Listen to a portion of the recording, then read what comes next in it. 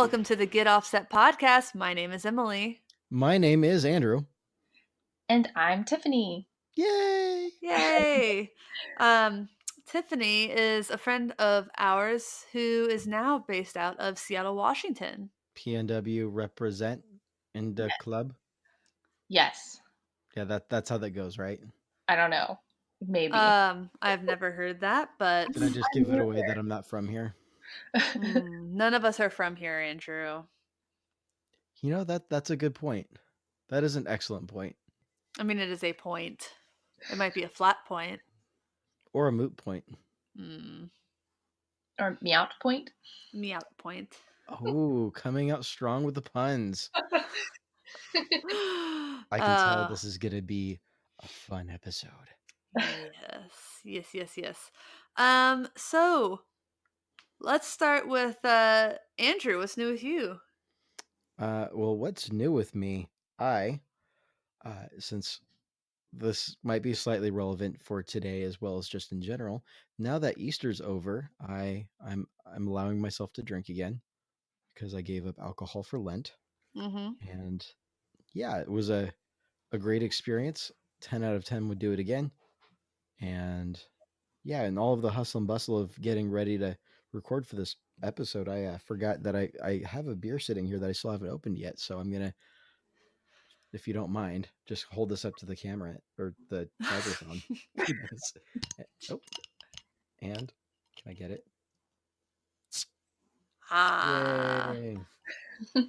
So I'm excited. What's the episode with Mike where we made the psst noises? Yeah, you did that really excellent noise that really got, like, Mike was super hyped on that. Yeah, now I have performance anxiety. I will never be able to do it that well again. That's okay. That was recorded though, so we can just dub that every time. Yeah. Like it was the one perfect time that you needed. Was that what it was? Was it the bottle opening? Was it the psst? I think it was the psst. I think it was that one. But that's your Little John moment. You can just sample that over and over again. That's your career. Oh my gosh. And it all started with being an honors band in the 6th grade, and we had a song, and I think the only part I had for half the song was like sometimes you have to do vocal chant things, and ours was psst, psst, and of course you being the, let me guess, INFP overachiever, you went way out of your way to perfect it. INFJ, thank you. But yes, I will do the same thing a billion times until it's perfect. I have the patience for that. That's not the P, and no. That's probably why you're a better guitar player than I am, admittedly. Maybe. Yeah. I just like play power chords once or twice. I'm like, yeah, that sounds right. Oh my gosh. Let's throw some distortion on it. Put it through a half stack. No, well, the thing about being a woman in music is that you're not allowed to be mediocre. Oh. Do you feel that way, Tiffany? You're not allowed to be mediocre? Yeah, like I feel like dudes are allowed to be mediocre, and women, I just don't feel like we're allowed to be mediocre.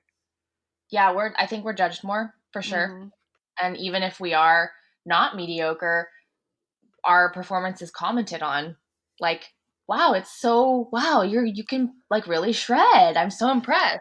Oh yeah, your expectations were on the ground. Fantastic. Yeah. Like I drive a stick, and I've had men and women get in the car with me, and they're like, wow, you can drive a stick? That's so impressive. And I'm like, why is it so impressive? If I was a man, would you be saying that? I mean, kind of. Well, I mean, as a man, it's expected, and I don't know how to drive stick, and I get razzed on for not being manly. That's dumb. It's I could make a dirty joke about it, but I won't. Like, yeah. Well, shifting gears here. Whoa. Whoa. Hey, are you gonna ask? Yes. Yeah, what's new with you? I don't want to spend too much time talking about my delightful Scotch ale. Rick and I did some yard work. We had this like little concrete, just bare concrete patio, and we laid down some tiles. And it looks really nice. I'm really proud of us. We didn't even like fight. And, Aw. like, we can't put together IKEA furniture together because I get overly emotional and frustrated. But he, like, did all the research and, so the onus wasn't on me for that. And, yeah, that made it really a lot less stressful for me. And, now I'm watching my cat lick the bubble wrap that, the actual new gear thing is I got one of those small squatch boards. Oh, cool. Yeah, I got a really pretty one. They're all made by our friend, Dan Dolan, but it was wrapped in some bubble wrap, and, my cat's got an affinity for licking plastic and styrofoam, but in this case, just the plastic. Ah. Huh. Sorry, Just hearing styrofoam. Just the thought of, when dude, like you two have no pieces of idea. like You have no idea ho styrofoam. yeah, because that's what a cat's Yeah. tongue is like. Oh no. See, I can do nails on a chalkboard. Nope. I cannot do two pieces of styrofoam rubbing together. So like opening boxes is one of the worst things I can possibly do. It's like I've woken up to that noise so many times. Like, you know how sometimes you get that like really thin styrofoamy kind of like almost like a paper wrap, but it's like Yeah. yeah, I had that on the floor and uh gosh, just listening to her just that little grinding noise. It would be like if you ever held a cotton ball up to your ear and pulled it apart really slowly.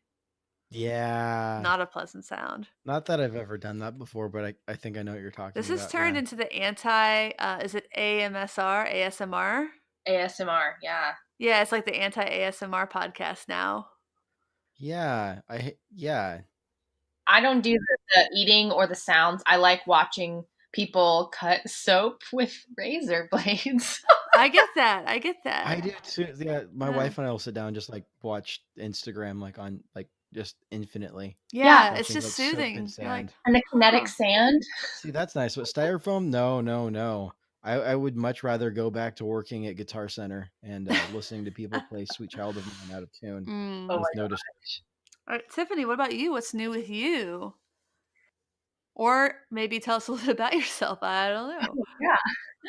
I mean, it's cool. Like I'm sitting in my new apartment in Seattle. I actually like just moved in today, sort of. I've moved things from a storage unit into the place in their Nice. boxes and bags. The cats are here. One's in the bathroom and one's under a blanket in the closet. Aw. I'm in the Is the one in the closet there willingly or as a separation trick? No, the one in the bathroom is the one in, yeah, it's a separation trick, but Wizard is under a blanket in the closet by his own accord, and I have Hal in the bathroom just because I don't want you to hear them yelling and screaming if they decided to start fighting. Um, we've had some temper tantrums in the last week, so that's also what I've been dealing with. My two cats, their names are Hal and Wizard. Um, yeah, and they just won't quit fighting, so I have calming collars on them right now. So yeah, it's interesting. What were Um, you saying that Wizard would growl and then Hal would scream and then it would just be on? yes, yes, because it's like the feral screaming scream, Oh, no.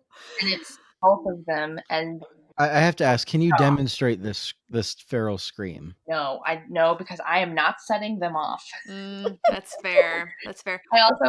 I also just don't know the noise carrying of my new apartment yet, so Imagine if that was your welcome to your new neighbors is you just screaming like yeah. a feral cat in your apartment.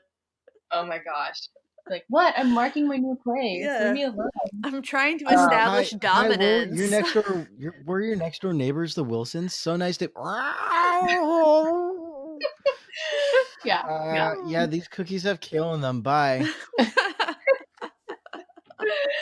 yeah. Oh So, man. Yeah. but yeah, so that's what's new, I guess, is new apartment. I moved from Denver in January. I've been living in West Seattle. Yeah. What else do you want to know? More about the cats, obviously. Okay. Hal is a black cat. She's all black. Um, Oh. she's super fluffy. She's got yellow eyes. She's really sweet. She like is the type where she'll purr and sit in anyone's lap. She loves everybody. That was actually one of the first things I think I started following you because on Instagram because you Oh, posted a picture of your black cat on your Roland JC120. I'm like, oh, oh okay, yeah. my cat, close-ish to my amp, and then with a bookshelf in the background like mine. I'm like, that is my setup, and this is weird. Yeah. Okay, I remember you commented on that picture, and then I saw that you had a black cat and we're into guitars and playing music, and I was like, okay, I should follow this person. Yes, we should be friends. That's how it works. Yeah, I have a JC77 now, and I like Nice. it. I like it a lot better than the 120. A little easier to carry around. A little bit easier, and it's not as loud. I can actually turn it Oh, up past nice. 1. Oh, I need to be able to turn up my amps because my 100-watt tube is a little loud. whoa. But I don't want to get rid of it because it sounds really good and it's got a lot of character and there's nothing else quite like it, but it's loud. Yeah. Yeah, that's what my 120 was. Yep. It's like I couldn't turn it up ever So at now all. you can turn it up to 2. 2, 3, yeah. Yeah, I get that. Howl, yeah, so that's Howl. And then my other cat, so Howl is 10, or actually she's 10 this month. It's her birthday month. Wow. She gets the whole month because I don't know the day, so she gets the whole month. Good. Golf clap. That just sounds so dirty when it's done over the microphone, Andrew. We need to stop it. Emily. What? Oh my god. Are you gonna make me edit that out? I don't know yet. Wow. I mean, I edit these and you don't listen to them, so I actually know what it sounds like when a golf clap happens on the microphone. Snaps And and it snaps. sounds like that sound you hear on the bus and then you don't want to turn your head because you know what's happening. Like, nope. I'm sorry, let's talk about Wizard now. So Wizard is a gray, black, and white little chub scout tabby cat. Oh, Chub Scout. Yeah, he's a chub. They're both chub scouts. But Is there a particular wizard that you think of when you see wizard? well, I'm really into Harry Potter, so Wizard Okay. is a wizard. So, And Howl is Howl and Other Kitties. Howl is Howl. From Allen Ginsberg's poem Howl. Mm-hmm. Great poem. Directly named after that. Do you ever look at wizard and go, "Yo, wizard"? Oh my god, Andrew. No, but I should. I should. And let's see. I've had Wizard for about 12 years, so my cats are both a little on the older side. And he's a very high maintenance, very anxious, needy kitty. And right now he's very constipated. I had to take him to the vet, and the X-ray showed how much poop is in his body right now. So, he's got some Miralax mixed in with his tuna tonight. Hopefully he eats it. So, because he's been very cranky, and he's the problem with like why the cats are fighting right now. He keeps picking fights with Hal. So. And your face while you're sleeping? Yes, and he attacked me while I was sleeping one night. And I mean, I'm scratched up. Like I have a bruise on my hip from him digging his claws into me. Oh. Yikes. Yeah. Wizard buddy. I mean, I'm kind of a jerk when I'm constipated, but I've never done that. Yeah. I can imagine the vet coming back in and saying, "Oh, it looks like Wizard's constipated," and Wizard just suddenly learning how to talk and saying, "No, I'm not," and the vet saying, "You're full of shit." And I'm gonna have to bleep you this episode, Andrew. Unreal. I know, but the right. pun was there. You could have said crap. I mean, but would it have had the full comedic effect? It will have more of a comedic effect because after I edit we it. mute with meows. You're right. That's fair. That's fair. I'm not okay. But since you got that, I'm not gonna let you read from your dad pun book. See, Tiffany, I told you she would judge you. I'm judging you, Andrew. You. And I've got the dad book right in front of me. I've got to read from it. No. We'll see. We'll see. We'll let Tiffany be the tiebreaker Yes. since I'm in favor and you are clearly not. Right. I'm curious about this dad pun book. Let's go. All right. We'll get to it in a Yeah. minute. So anything else you want to say about your cats? Anybody? No? All right. Well, should we does that mean we can get to the book? Oh, God, I guess so. I'm picking a different chapter this time because last time It was disappointing. it was not only was it disappointing, but it insulted musicians. I mean, I'm fine with insulting musicians. Well, some of us are asking for it. Yeah, some of us kind of deserve it. It keeps us grounded because we're both very talented musicians and we don't want to get big-headed about it. I guess that's reasonable.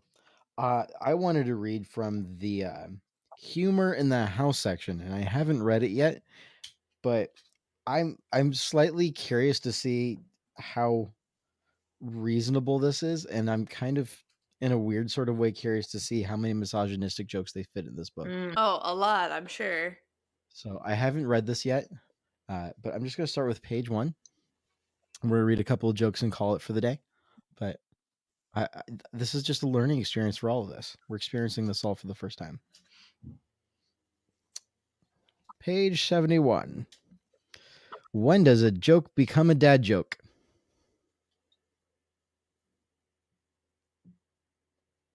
Are you waiting for us to ask you when? Maybe. Oh, when? When? When the punchline becomes apparent. Wow. I don't even get that. Apparently not. That was a better joke. I'll have y'all know that Melissa's standing next to me laughing, trying not to laugh too loud. All right. This next one is my daughter is smarter than Abraham Lincoln. She can recite the Gettysburg Address, and she's only 9 years old. Lincoln didn't say it until he was 50. That's not funny and it's not smart. Yeah, I'm kind of disappointed. That's neither smart nor funny.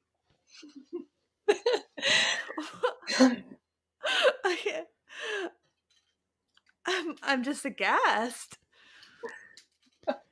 Oh, here we go. Here's the questionable humor we're all looking for. Is teenager's dad have her back by 8:15. Daughter's boyfriend, the middle of August? Great. There's not enough context for this. No, I get it. I mean, I get it. It's just not funny. I'm starting to feel like I got ripped off by a thrift shop. No. That's possible. Oh, here we go. Oh, okay. So there's one more, and this is actually this is funny. This is a variation of a pun I've been telling for a while. So this makes me feel really original. Gosh, that really takes the. All right, well, here we go. Here's apparently not so original joke. Did you hear about the marble statue that left her husband? She was tired of being taken for granted. Don't encourage this, Tiffany. I'm just like trying to think of how these would go in like a stand-up comedy night, and I think if the delivery were right, and if the person telling the joke was like a 9-year-old kid, I think that these could. I don't know. Yeah. See, the version of the joke that I've been telling is involves Drake, because there's that song he did. This is only relevant a few years ago, and there's that song on the radio. It's like, you take my love for granted, and then I just changed it to granite, and then sung it terribly, and it was funny because he was a statue. I forget exactly how I set it up, but it was funny at the time. I promise. I feel like if you just went in full deadpan and just stared at the audience the right way, like with almost confidence. Yeah, yeah. The confidence of a mediocre white man. Oh yeah, just walk in there with the confidence of a mediocre white man. That's gonna get us a great review, Andrew. Someone's gonna say great things about that. I think if like, do you guys watch Saturday Night Live? Oh yeah. Occasionally. If like Bill Hader was playing a nerdy dad telling these jokes, I think that it would go off really well. Oh, Bill Hader can do Only anything. if he's wearing New Balances. Who's your favorite Bill Hader character? Mine? Vincent Price. I like Stefan. Stefan's great. my favorite, yeah. Vincent Price is so good. Have you guys watched Barry? We're digressing. It's great. He's great. Watch it. Derail this. No. We derailed together. Okay. Speaking of reviews, if you would like to support the podcast in a way that is not financial, you could hop onto iTunes and you can leave us a review. Andrew, you mind if I read a couple of reviews?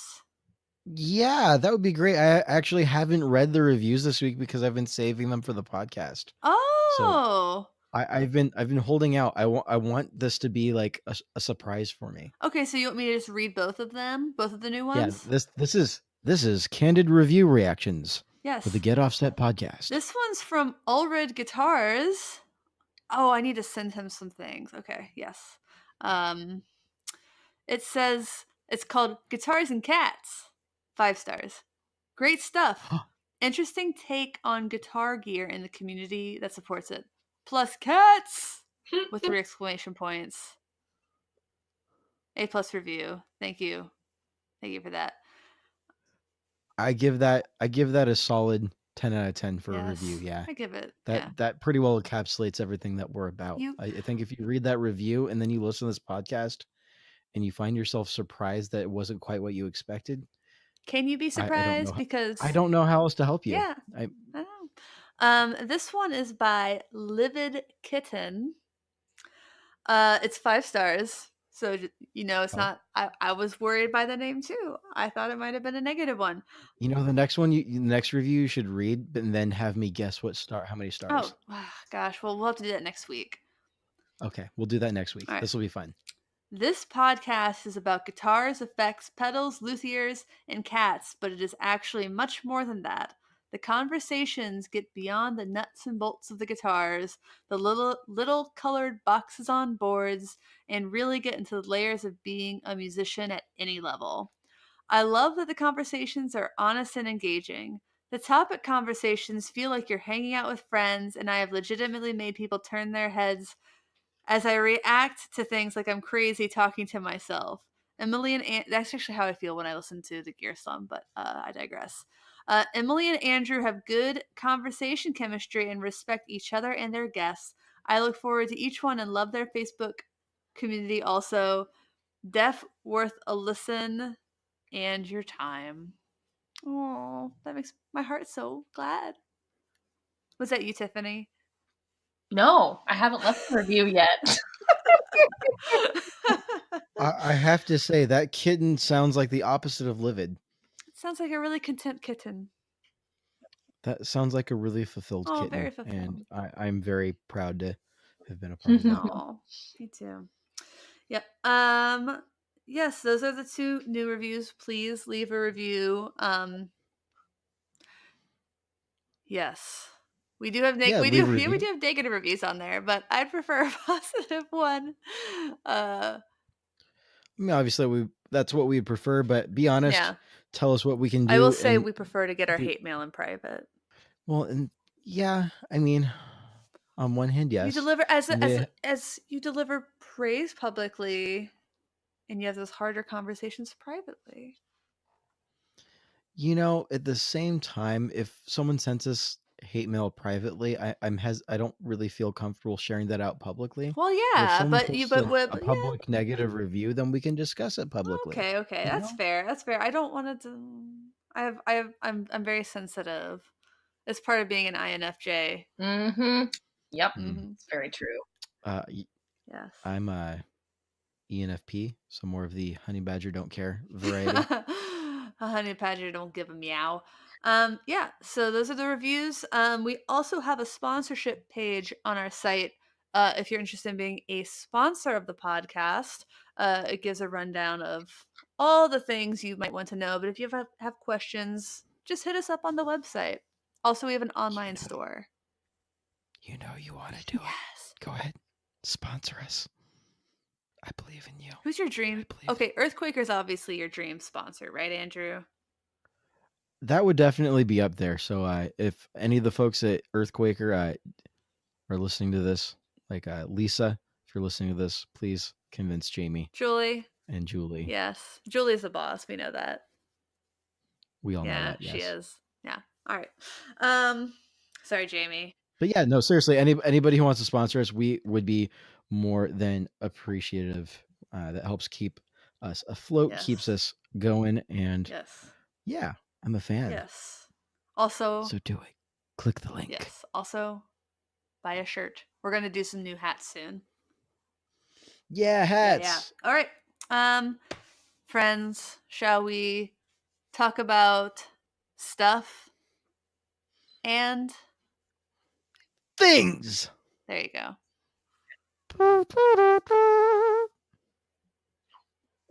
Sorry, that was my best WWE voice, followed up with a John Cena. All right. So, Andrew, do you want to kick off the topic in all your hypocritical glory? Yes. With my judgmental judgment. Alcohol. How's that for a kickoff? Just reminds me of Star Trek Space, except alcohol. So venturing to states of mind uncharted. Yeah, that's how it feels sometimes. Newbie.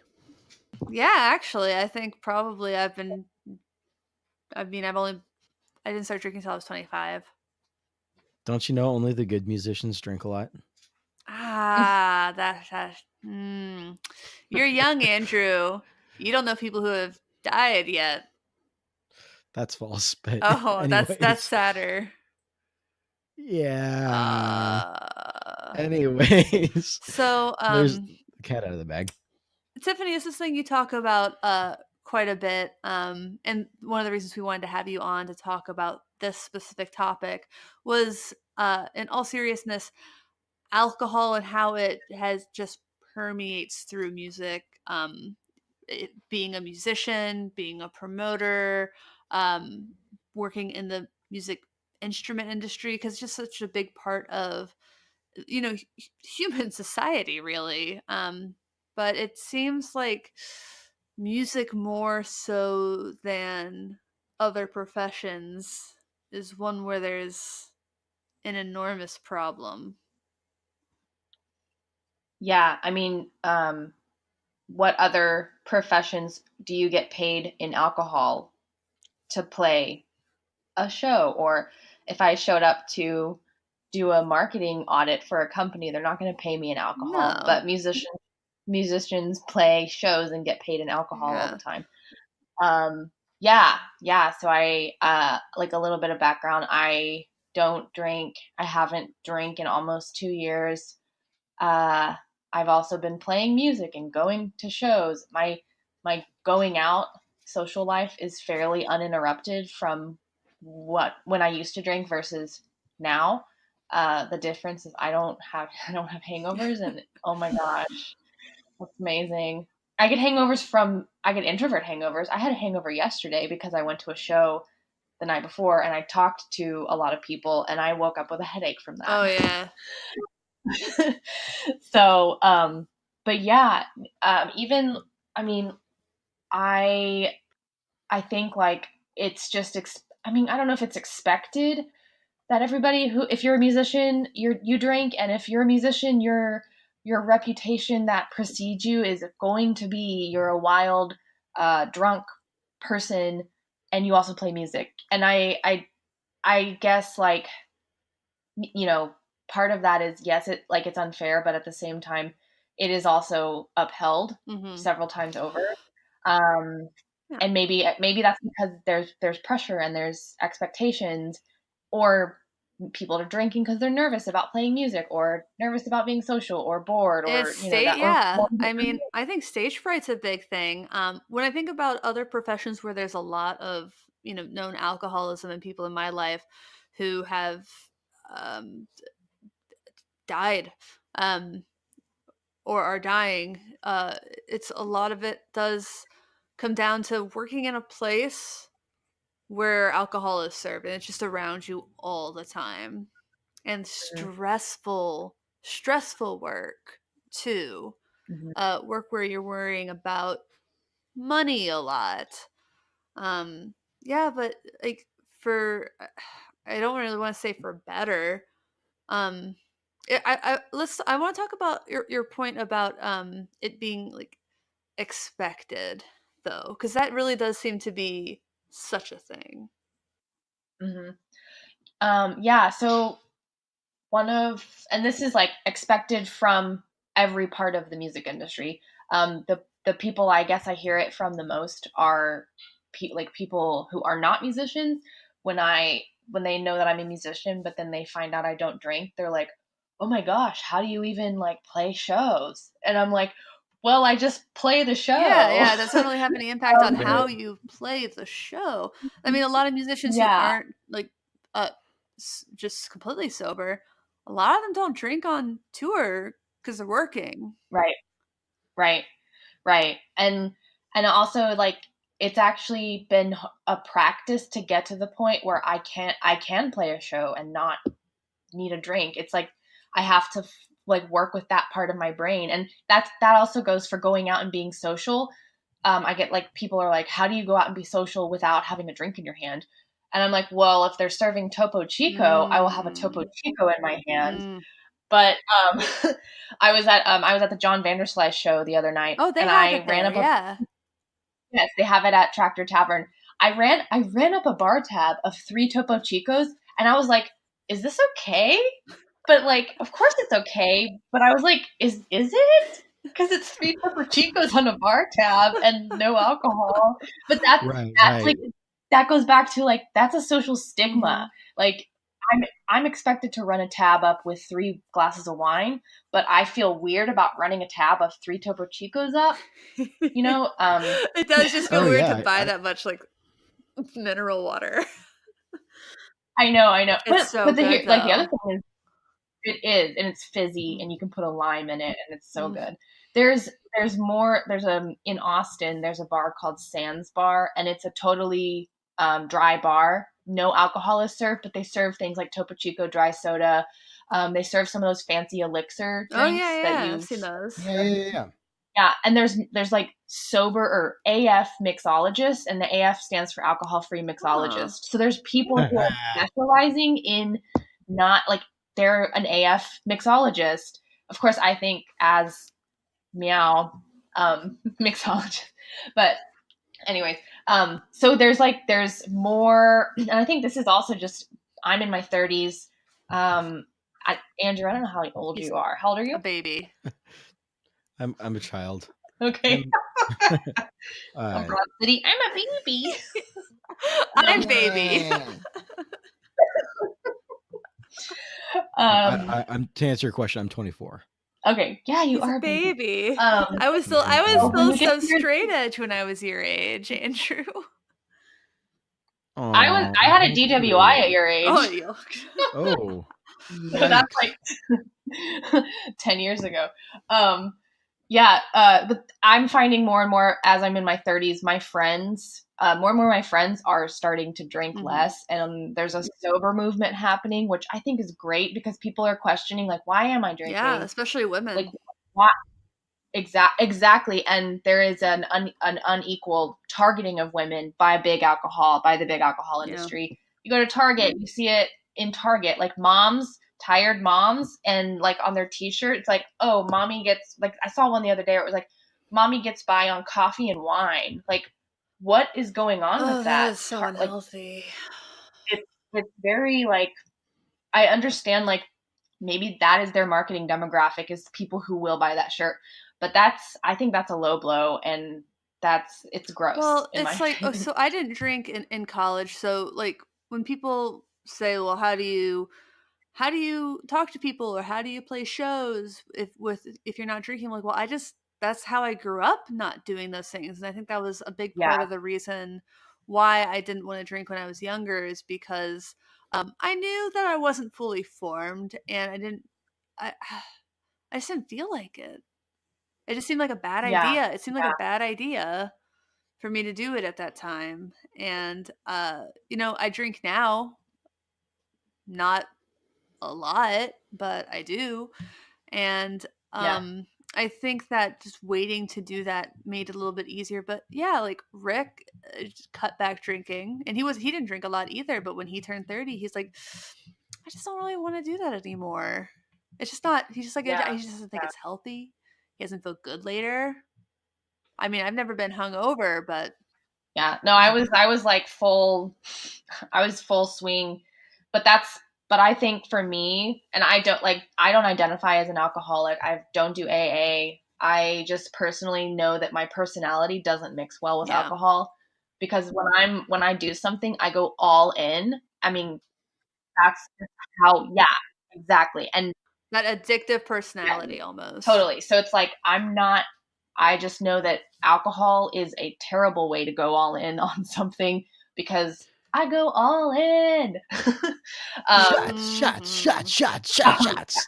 It's Two ridiculous. little John references in one episode. Wow, what's happening? Yeah. That's a little John reference. Yeah. Okay, I guess. I thought that was just like a joke. I thought that was like an SNL thing. I didn't know that was like a real Where were thing. you in 2009? Not drinking. I was drinking in 2009. I was 22. I could have been. Wait, 2009? No, I was 20. So you Wow. would not you weren't I drinking.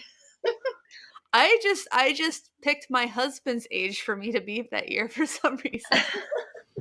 No, it's that little John song though, where it's like all about shot, shot, shots, everybody on the floor. If you're drunk, whatever, yada yada. I don't remember the lyrics because the Yeah. school was a long time ago. All the bro DJs know have it on their playlist. Yeah. Oh yeah. What about getting paid in alcohol? Because that is a truly bonkers thing that has happened to me, not just from playing shows, but from working events. Hmm. So it's tough because they're like, yeah, you get an open bar tab, and I'm like, well, I don't drink, and some An places, open bar tab? yeah, or Yikes. like not a necessarily an open. Some places do an open bar Like tab. a couple of drinks. Yeah, That's insane. drink tickets. For So like that drink tickets, yeah. yeah, Yeah, I get drink tickets all the time. yeah, drink tickets. I've had places where they're like, we have a 6-pack of beer for each person in the band. Each person? Yeah, I've done that. I've had that. I didn't use it. yeah. I used to play in this band called Boat Drinks in Denver, and yeah, like so. Oh no, I guess I was drinking when I was playing in that band, so never mind. Um, So you were into it. yeah, I was fine with. I was like, whatever, sure. You drank a boatload. No, because I was playing and I knew I can't play when I drink. I do know that Yeah. about myself. I would wait until we were through our first song and then I would start sipping my drink. That's smart. So yeah, that's just I just wait till I'm done. yeah. I one time I was really, oh my gosh. I was playing bass in a cumbia punk band and I don't really remember much of the show, but I did wake up the next morning and I had played bass too hard, and I cut my finger, like the cuticle, all the way down about a half inch down to my like middle. Nice. Oh. And there was blood That's all over my face. There's hardcore. still blood on my little sparkly Dan Electro bass. It's rock and roll, man. It's the It was only a way to fun do band it. to be in, though. It's gnarly. Yeah. Yeah. Yeah. But like I'd prefer getting paid 10 extra bucks. Honestly. I would honestly, I would absolutely take the $10 over, they're gonna, what are they doing? They're like, what does that cost? What does a 6-pack cost a bar? I mean, they're just basically running that on their spill tab or comp tab or Yeah. whatever. Well, It's I mean, nothing. in Seattle, at least most bars for like a domestic bottle are charging what, like $4 or $5? $4 is a cheap bar. Wow. Yeah. So I know I don't drink domestic beer usually, and so going out when I go out with like friends, it's like one or two beers, and tip will run me close to $20. So I don't do that frequently. Yeah. Yeah. Like a fancy cocktail is $12. Yeah. Yeah. Well, and that's like I have an app that tells me how much money I've saved compared to how many days I haven't drank. And I just have it tell like spending $15 a day on alcohol, and I've just passed like 9 grand in. Holy crap. And that's just so technically that's having like one cocktail or two beers a day. That's it. And like I think people are spending a whole lot more on alcohol if they're going out like 3 or 4 times a week. But Right. Yeah. yeah. Yeah. It's hard to see what ultimately the effects on musicians, especially, can be when you're in this kind of world and you're used to, you know, you have a couple free drinks at the bar. People might be bringing you drinks on stage. There might be alcohol backstage if you're in a bigger performing band, and just seeing.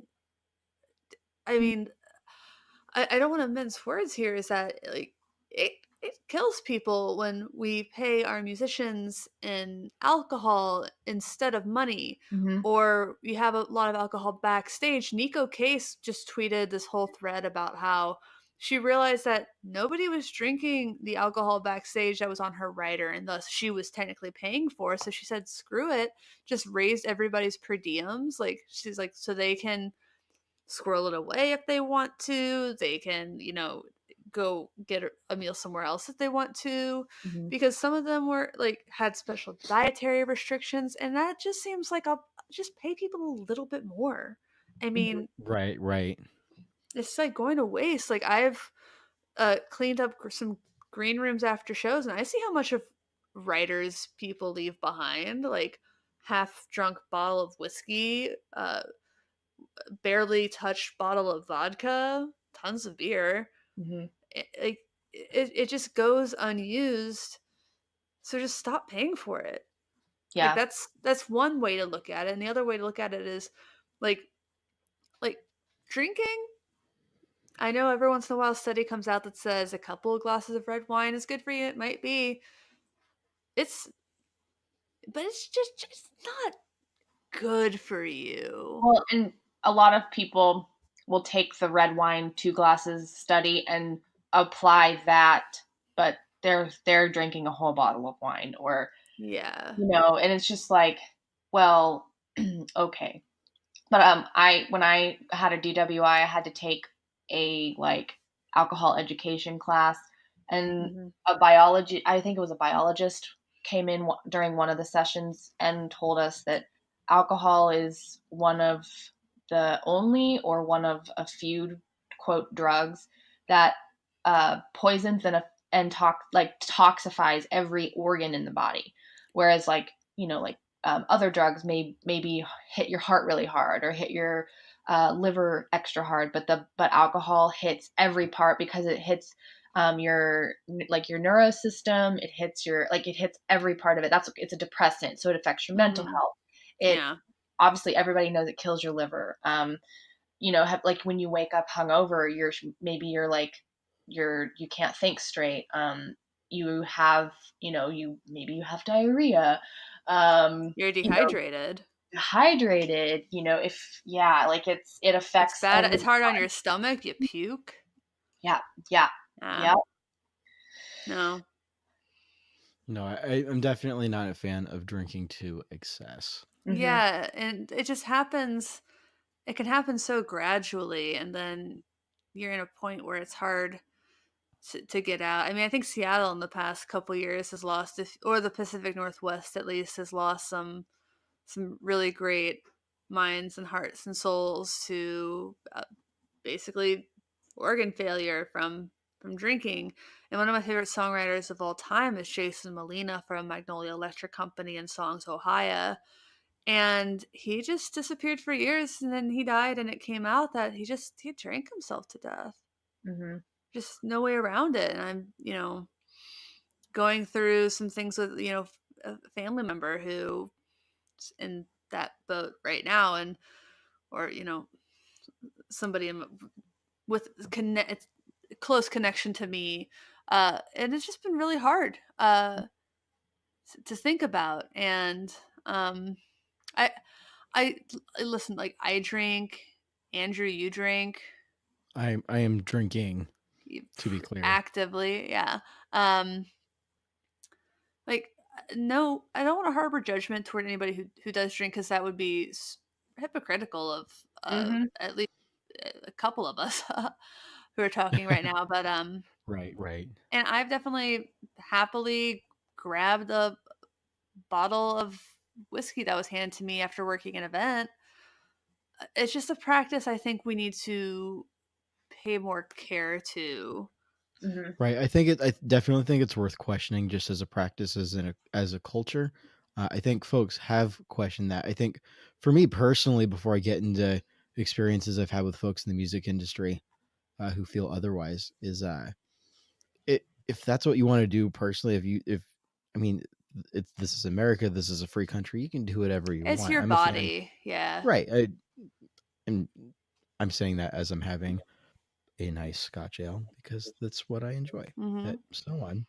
Um, but yeah, it's when it's a peer pressure thing, when it's a cultural thing, when it's clearly a cultural thing that's resulting in some of these issues. Sure, in the initial moment, the artist is choosing to say, "Sure, I'll take the beer," but we all know that there's that element of peer pressure there, especially for dudes, to a degree. I think, in my experience, And it's getting before so much here's worse for women to keep up with the boys.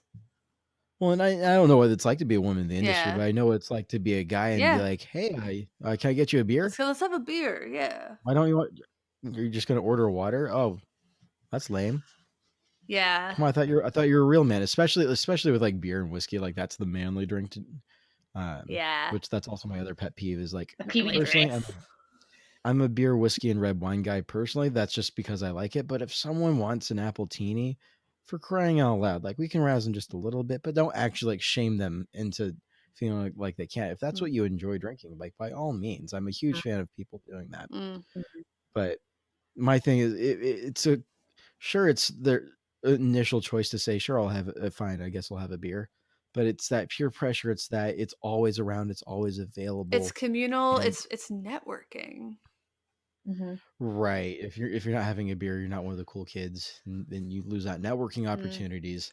Oh yeah. I And mean, that's a huge part of the music when I career. was doing a lot of networking, I would before I drank, and sometimes now still, I'll go up to the bar and I'll specifically ask for like a diet coke with a slice of lime and a little straw, but not and I'd be like, I just want to make it look like I'm drinking.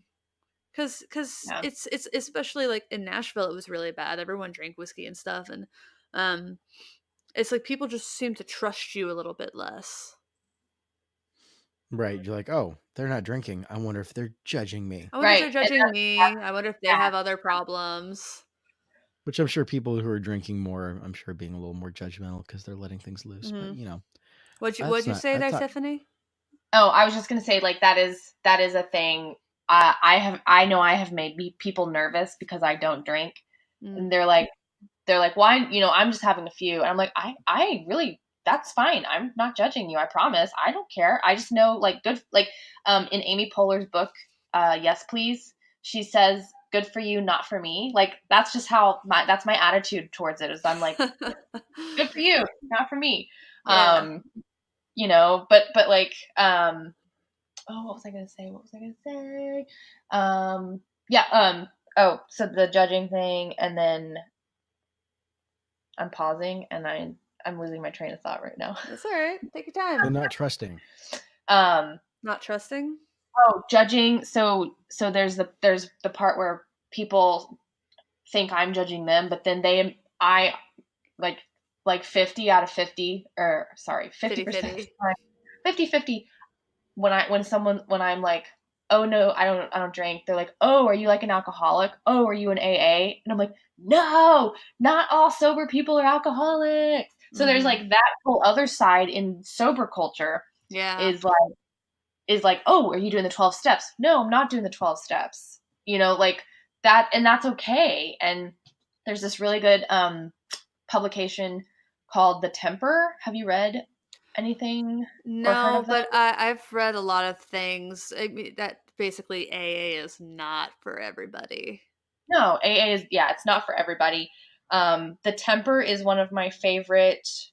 It's a sober culture like online magazine, but they actually talk about so much more, like so many other things, like how sobriety helped me discover my gender identity, and how like big alcohol targets, black women disproportionately. Yeah, From they're very intersectional with their editorial content. It good. is so good.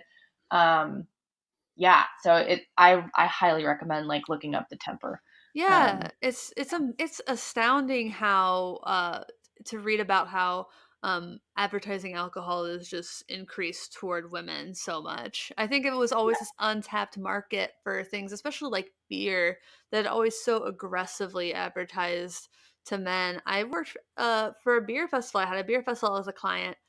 And when I came on, I was like, well, let me look at your Facebook ads. And I saw they weren't advertising to women at all. They literally had turned off that part of their advertising. And then once I opened it up to also yeah, women, they saw their sales increase a lot yeah, and yeah, among women. So I think a lot of brands probably realized that.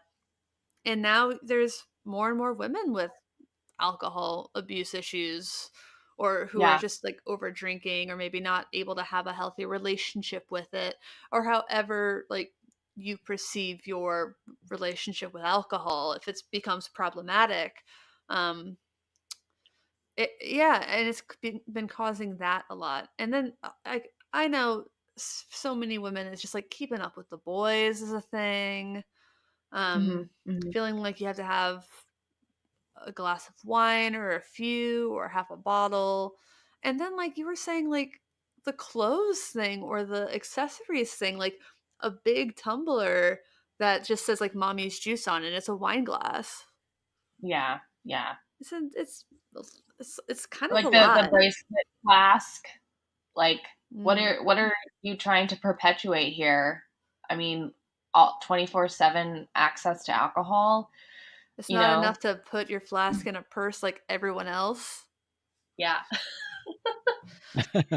I mean, on one hand, I don't have a problem with like the idea of like something saying like mommy juice or whatever, because that's like I've said like, oh, this is my daddy juice, but my beer. Like, I don't know. I kind of get that if that's something that someone drinks and they see it and they like it. I think that's fine. I think it's when it's specifically. I don't know. I'm okay with there being a hustle, and I'm okay with the alcohol industry doing its thing as Yeah. far as advertising. I But think you see, it's like, specifically around the culture around it, though, is where I start to question well, things. hmm alcohol can still advertise in ways that The cigarettes expectations. can't. I mean, yeah, you can't do either towards children, but I mean, you can't advertise tobacco on television, but you can advertise alcohol. Right. Well, there's a lot of limitations on there. I'm not certainly qualified to speak to what the level of those limitations are and whether or not it's adequate. Uh, so, but what I do know is like specifically within the context of the music industry, I do think that there's a problem with the way alcohol is used as currency and the Yeah. expectations around Mhm. alcohol. The thing, especially with the expectations as with alcohol as a culture, like I'm a huge fan of people like you do your own thing as long as you're not being like drunk and stupid and harming other people. I mean, this is a very philosophically libertarian kind uh, of of a position, but if you're not bothering other people, you're drinking responsibly, or if you're not drinking, that's fine. We can let each other do our own things, but we don't need to say, "Oh, well, then you're not getting paid tonight," Yeah. or like, "Oh, I wasn't expecting you. I guess I'll figure out how to get you $20 next week," something like Yeah. that. And then there's the flip side of the spectrum, which is uh, some of the more intense straight edge folks I've encountered. I was at a show at House of Blues in Anaheim, just attending, and I watched a couple of straight edge guys like slap a Bud Light out of someone's hand and like slam the dude on the floor. I'm like, geez, like I get it, like Bud Light drinking that probably should be a crime, but it's not. yeah. The And flip I side think is we in can high school, the straight edge kids were the ones who got beat up.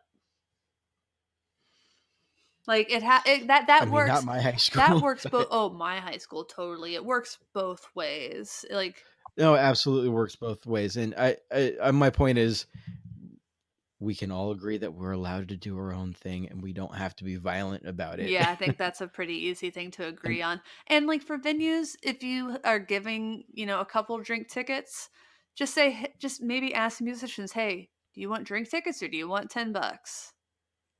Yeah. I mean, I think that they'd be surprised. I think that's like a great gesture. And I'm sure 90% would be like, "Yeah, just give me the 2 drinks." Yeah. Yeah. but for the people that secretly are like, I don't know what to do with these drink tickets. Do I give them away, or do I just like pretend like I'm Well, I cool? don't Or drink before or during my sets when I perform. yeah, that's something I've never understood. Like, I kind of get it, but I don't at the same Well, time. I've yeah, I've yeah. I heard mean, I've been playing for 21 years, and I've only been drinking for 4 of those. Yeah, I don't think I've ever had alcohol before during a performance. Mhm. Partially because I frequently, a lot of my performances have been at church, unless you count communion wine. Uh, Hmm. but it is a little frowned upon to crack an IPA at 8 a.m. on a Sunday. Oh yeah, But that's even early for a mimosa. Oof. but I mean, the point still stands is I don't get it. Like someone I used to work with was telling me the story. They were I think the band was Yellow Card, and they were telling me about how Yellow Card was playing Warped Tour back in the day, and that they had to help carry the drummer on stage because he was like passed out drunk. They like splashed water him. He woke up and then he played the show perfectly, and then passed out after the show, like still drunk. And obviously, there's got to be some level of hyperbole to the way the story was told. Yeah. But the flip side is, I kind of believe that there's a lot of truth to that story, and that just how do you I don't get it. I mean, that's a There different are some level of s functioning there are some alcoholic. stellar, like, jazz musicians from back in the day, like, I wanna say Art Blakey, but, like, we're just functioning heroin addicts. Like, I know I there You got any more of those jazz cigarettes? I'm gonna ignore that. Um,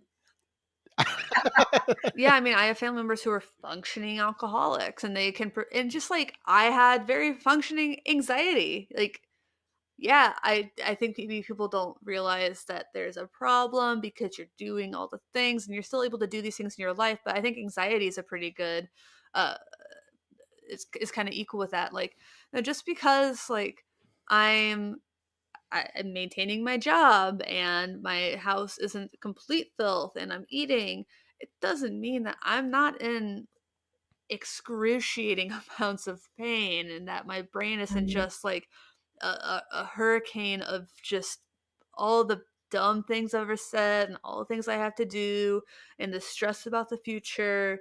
It doesn't mean that. And just because you're, smiling on stage and are maybe partying backstage and drinking a lot, well, that doesn't necessarily mean you're okay, and that doesn't necessarily mean the people around you are okay, because Right, people right. use that, like, depression's a big thing in among musicians, let's not kid ourselves.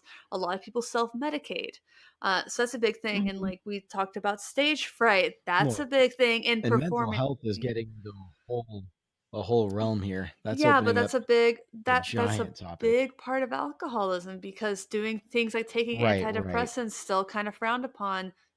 Going to the doctor to get the antidepressants is something that's really hard, and I do wanna talk about this, even if it makes us go a little bit longer, because I definitely think it's important. Um, like, it's hard and it's expensive, and musicians don't always get the help they need. Gonna Hmm. post some helpful things in the show notes for this about alcoholism, about mental health, about if you're a musician and you don't have health insurance, there are options for you. Um, I'm going to find some and I'm going to post them for you. Um, like, I use Open Path Collective for nice. my therapy, and I don't have insurance. And it's $30 to $50 a session because there's therapists around the country that have specifically said, "Hey, we want to give people who don't have insurance access to therapy," and it is amazing. Yeah. Yeah. I think Seattle's thing called Smash, I think. And then Yeah, there's Music I'm Cares. trying to sign up for Smash. Yeah. Oh, yeah. Yeah. Do it. They're about to get dental. Yeah. I saw that. Yeah, that's great. Something I think that's really important to keep in mind as well as we talk about that is alcoholism itself is classified as a disease in the Yes, DSM-5. it is. So And it is. Yes. So it is it's, indeed. So yeah. If that's something you're it's not just a no. lifestyle choice, and I don't want to trivialize it. And so anyone who's struggling with that, by all means, like Yeah. we want you to get help. And like Tiffany said, if you don't have to be an alcoholic to be sober. Like if you just don't enjoy it, you know, you don't have to keep doing it. People, especially as we Yeah. get older, I've learned that people are less likely to be like weird. They're just weird about it. There's people are more likely to be like, oh, all right. Yeah, no, I've got a coworker that doesn't drink, and we probably go out. There's a pub near work we go to probably once a quarter. I'll hang out, and he comes along, and no big Yeah, deal. and you look at people like Rick, like never had a problem with it. I mean, I've known him since he was Yeah. 22 or 23, and definitely never had any problematic behavior with it. And just was like, I just I don't feel like it, and I get it because for a long time I just didn't feel like it. And that's totally 1000% okay. And if you want to drink responsibly, keyword If you responsibly. want to drink, please drink responsibly. By all means, yes. Yes. Dilly dilly. No. I'm gonna. I really want to bleep that. I won't. It's more work for me. Cool.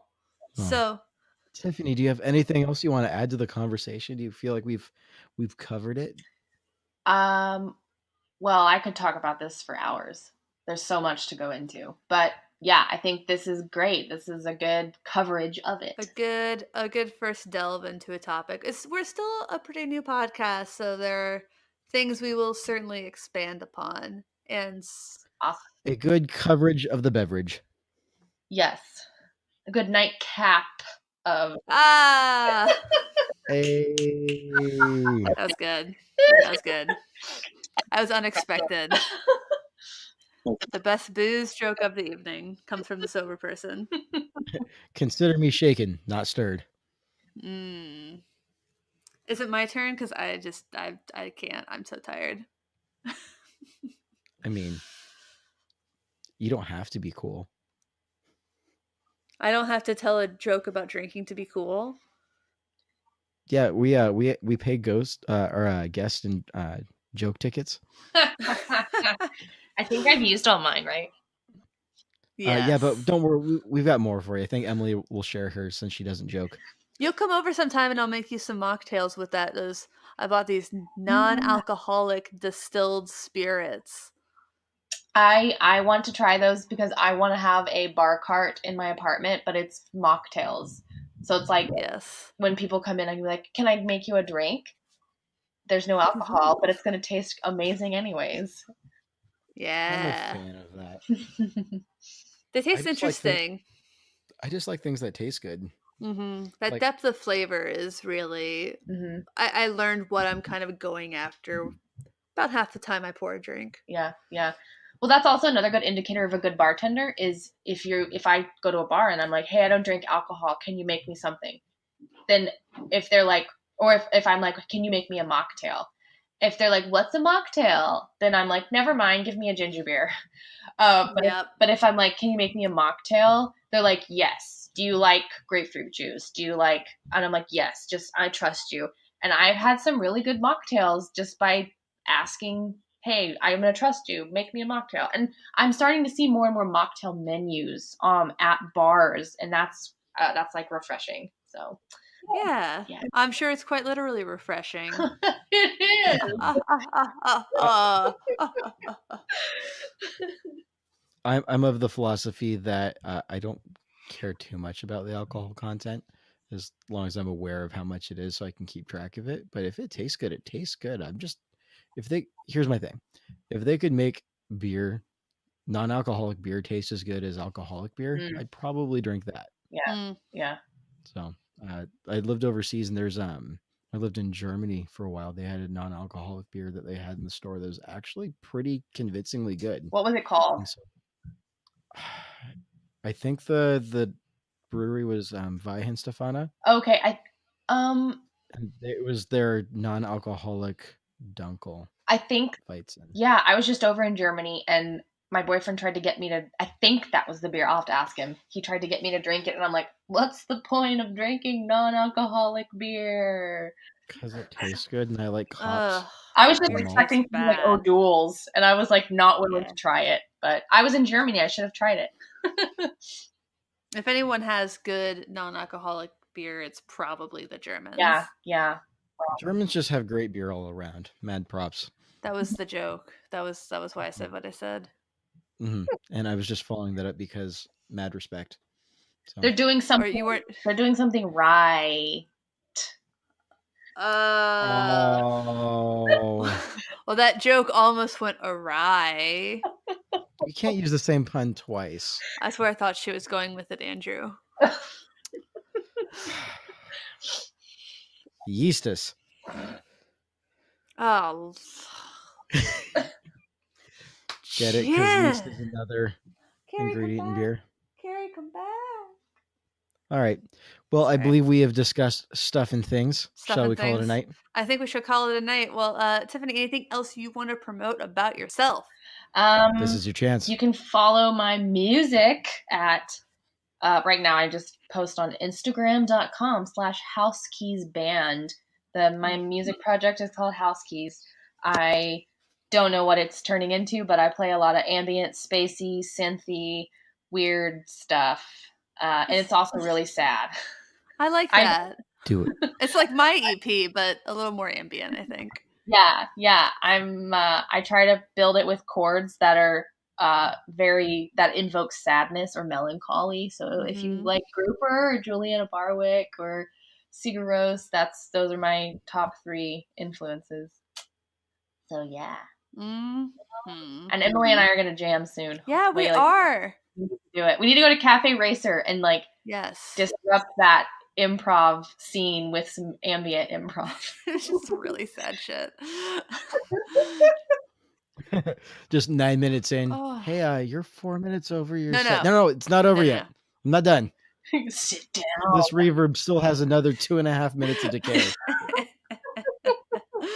Oh, William Brzezinski this. Just because you tried to stop me, I disengaged a reverb. Another reverb. That's 8 reverbs on top of each other. The trails on this one are the longest of all of them. And they're all feeding into this one. Anyways, while they're decaying, you mind getting me a drink? A mocktail. A mocktail, if you will. All right. Well, it's time to say goodbye to everyone out there. Thanks for listening and thanks for understanding. Bye.